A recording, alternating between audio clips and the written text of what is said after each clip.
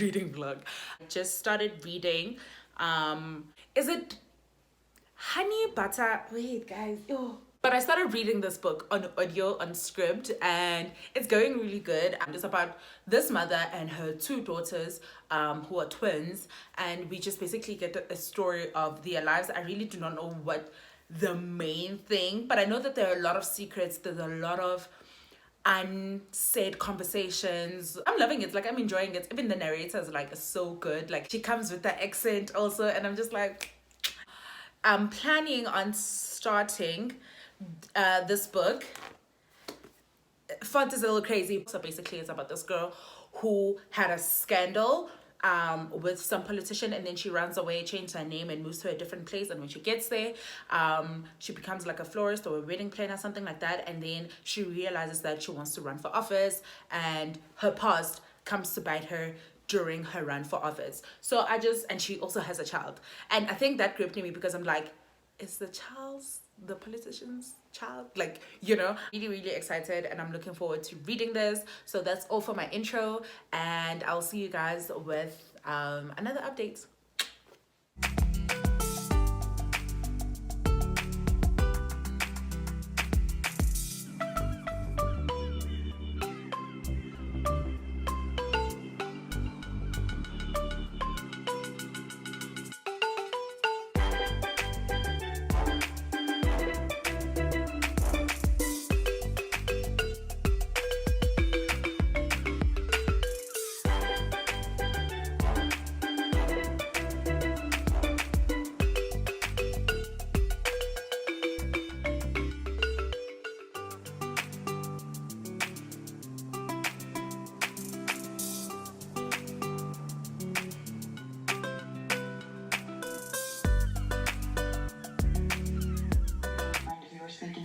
Like Stucky, thinking that it's allowed.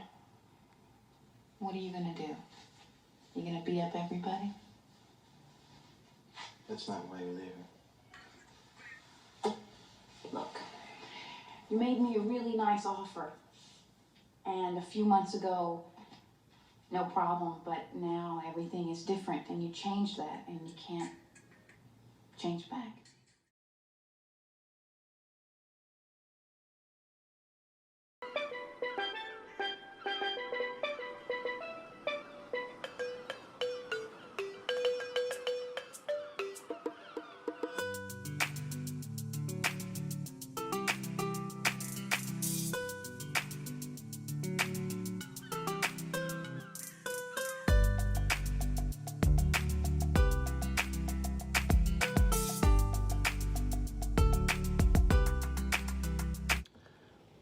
Don't ask me about my attire or like wine pashile. It is Tuesday morning, and I've just been having a weird morning. Taya made this friend, Timmy, and they were kind of like the best buds, and they were doing everything together until Taya got into this relationship and kind of just like, you know, disconnected from Tim's, and they stopped hanging out as much. And something bad happened to Tim's, and honestly, he did not deserve that. Tim's reminds me of Eric from Sex Education. I don't know, whenever Taya was explaining Tim's, I was like, this is Eric. Taya is kind of reminding me of myself. It's like reading about myself. She has a way of, I want to say, pushing people away. There's certain conversations she doesn't want to have. In that sense, she kind of pushes people away, and she realizes that she is alone, and it's just, yeah. And then we go to Kayinde, her sister, Taya's sister. She is a very quiet, laid back, very much into her head. Actually, all the characters are very much into their head, but I feel like with Kayinde, she's more into her head. She expresses herself less than what she actually thinks. To some extent, I understand her. To some extent, I'm just kind of like, I don't get. Maybe it's because I don't relate. But she's also like a great character. So many coincidences happen, guys. Kayinde has gone through so much. Like she has gone through so much. Ambarinachi Taye and Kainde, they go through so much, but they don't talk about it. Not that it's interesting, it's just kind of like I relate to it because obviously, you know, as a black people, there's so many of our elders and, you know, so many people in our families that go through so many things, or even ourselves really, we go through so many things, but we don't share it with the people in our lives or the people that we consider to be, you know, the people close to us or whatever. Not only do we feel ashamed or something like that, sometimes it's just a matter of you just don't want to burden another person with your problems. Like there's so many things that are going unsaid, so many conversations that are buried, and so many things that each time these things happen, it's like these three women get further and further and further away apart. I'm enjoying Kambarinachi's story with Abuja, or is it Buja, her husband. It's just so beautiful. Not only is he intelligent, but he is a handsome man who is kind and thoughtful. And you know what? That's what every woman deserves. I don't know. I'm loving their love story. So that's where we at with Kambarinachi's story. And obviously, I'm more obsessed with Taye because not only do I relate more, and not only her explanations just make my mouth water because so many things she explains in terms of food, and I love that. She avoids conversations that need to be had, so that's the only thing that's very problematic with her. But other than that, I have the hugest crush on her, and I think she's beautiful. And yeah, I just hope these women will get some healing and, you know, some peace. So there's this soup, Taye keeps talking about that her sister loves and her mom loves. I think it's ogusu soup. I think osusu something like that. It sounds so damn delicious. Okay, it sounds so damn delicious, and I might just look it up. Once I know the name, I might just look it up. That's my little updates. I'll see you guys later. Peace. Welcome back, guys, to another reading update. I'm currently, I want to say I'm 58% in the book. Like the writing there, guys, it's so amazing. The description of things, the metaphor of things, like everything is just perfect. But this book really just doesn't have a plot. I want to say it's also character based because we learn a lot about these three characters. It's Kambarinachi. Kambarinachi believes to be a spiritual being. I know how that sounds because we all kind of spiritual beings, but she believes that she was never meant to be on earth. Now that she is in this human form, she has these voices inside of her head that she hears from time to time, and we basically see how she deals, you know, with hearing those voices and how her life is. Well, Kayende goes through something very traumatic that kind of becomes this huge bridge between the two sisters, makes them go astray, so not as close as they used to be, and you know, so many things go unsaid and distance keeps growing between them. The book takes place in 3 different places. It takes place in Lagos, it also takes place in London, and it also takes place in different parts of Canada. Also, my favorite character so far, like my favorite part of the character to read, is Taye, guys. I have the hugest crush on Taye. I feel like she's more forthcoming with the information. Like her things are more like upfront, like with her feelings she's more upfront, whereas Kambarinachi and Kainde, they speak in riddles about how they feel sometimes. And I don't know, like Taye's story is very much interesting to me. I started this on Monday. And I didn't go through that far. Like I'm on page 17, and so far her mom is telling her story so far.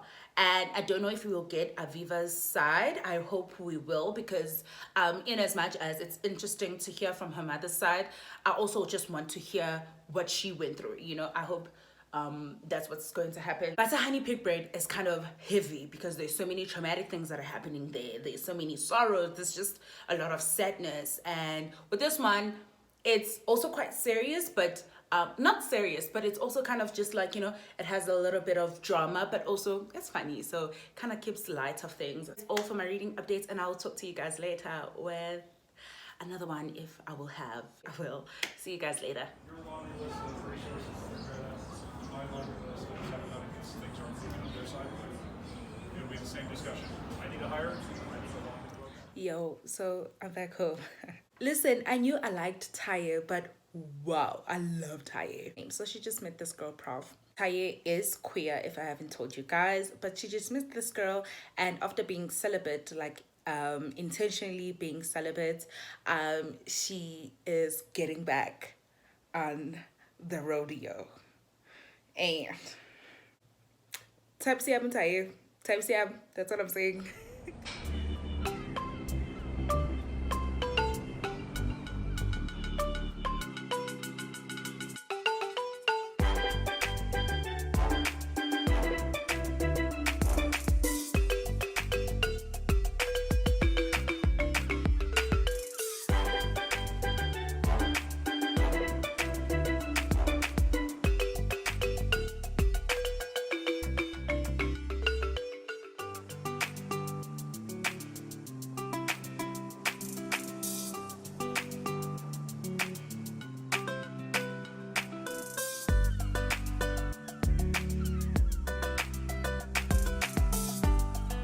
My favorite hairstyle.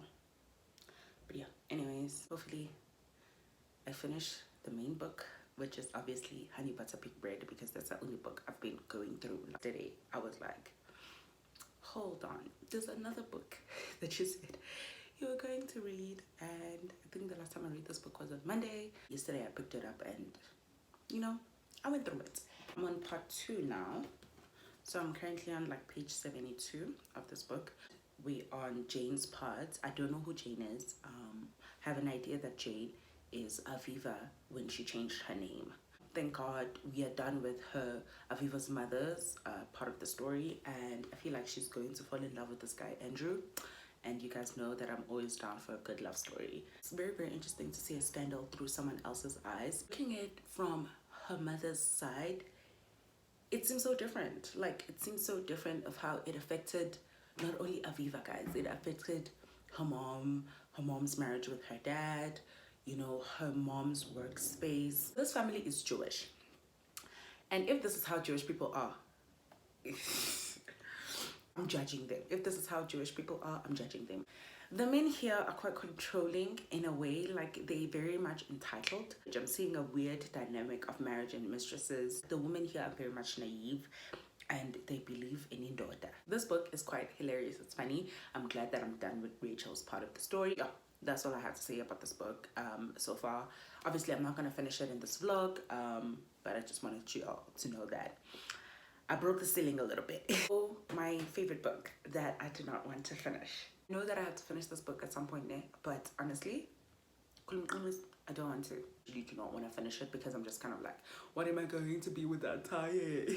Basically, this book is about healing and forgiveness and kind of expressing yourself, especially being in a black family. And you get to see how in the black family, so many things are not talked about. Like, you know that someone went through something, but I wish Kayinde would have had a more space for her to speak. I don't believe that little outlash, there was an outlash that happened. I don't think that little outlash was what she really needed to express herself about how she really feels and how she felt, how she felt about them, and why she even distanced herself. I don't think that was enough. Maybe it's because I like more fire. Should have had more of a sit down from where people stopped justifying from what they did and just basically listen to her. And obviously they did apologize, but also I just wanted them to listen to her and not be justifying stuff. Like, yeah, y'all did me wrong. That's just that. Still obsessed with Taye. Still feel very, very sorry for Kayinde. Love Tim's turbans. I finally remembered the professor's name, Salome. The way Salome communicates and speaks, that's how I want to be when I'm older, guys. That's how I want to express myself. I want someone to speak to me like that, and I also want to speak to someone like that. And you get to see in Taye's communication also with other people, not Salome, because she failed to do that. Yesterday, the Department of Health announced that registration is open to get vaccinated for 18 and older, and I'm so excited. It's gonna be a vexed hot girl summer. I registered today, and get in, loser. We're getting vaccinated. The friend we were talking yesterday, we were like, do you have an outfit? Do you have an outfit for your vaccination? Like, do you have an outfit? That is all that I have for now, and I'll see you guys later.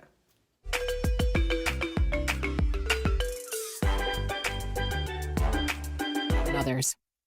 Her agege bread, for example, failed to match the particularly dense and stretchy texture of the loaves she buys from the hawkers in Obalende.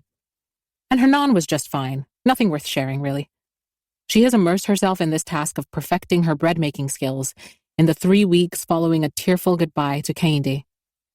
Their relationship did not transform drastically after that meal of roast chicken and fried yams, but it unlocked a door. Today is Saturday. I was supposed to film this outro yesterday, but things happened. Finally finished Butter Honey Pig Bread, and I just want to say that this book is amazing. It's so good, and I believe that everyone should read it. The ending for me was like, it was okay. It wasn't like a big ending, and I was expecting that not everything will be tied in a bow and will be cute. It was kind of like everything about this book is perfect, except I don't know how to feel about the ending. Obviously, I told you guys that I wish Kehinde would have had, more space for her to express herself about how she felt about the situation that she went through and about the things that, that happened in her life, because I don't believe that her speaking like that was enough. If you have read the book, please tell me what you think. Like, do you think that was sufficient for her to have that little outlash and then it be done? And I feel like she deserved more than that. I love how in this book, obviously there's queerness and there's gay people and lesbians and stuff. Just love how our main character, which was Taye, her queerness was not something that's traumatic or that came with pain. I did an amazing work with showing being fully yourself and being queer especially in a black family. Whereas for Tim's also, it was a black family that was Christian. I like how the author didn't put that on our main character, but I also liked that she showed it that, this is the thing that actually happened. I think that was really refreshing for me to see, because sometimes when you read queer literature or when you watch even queer stuff, it's always centered around some sort of trauma. I haven't read a lot of queer literature, but I've watched a lot of queer stuff, and it always seems like being queer is always centered around a traumatic thing. Like, it's always deemed traumatic. Yeah, I really enjoyed this book, and I think it's amazing. Everyone should read it. So yeah, that's it. For Young Jane Young, I think I'm still on part 2. I will get through it today or this weekend, and hopefully I will, get through like 100 pages. Like, very ambitious, but also in the life of a slow reader, I really hope that I do. I really do hope that you did enjoy this video. If you did, please don't forget to give it a big thumbs up, subscribe, and don't forget to hit that ding button to get notified every single time your homegirl posts a video. Until next time, sugars, bye.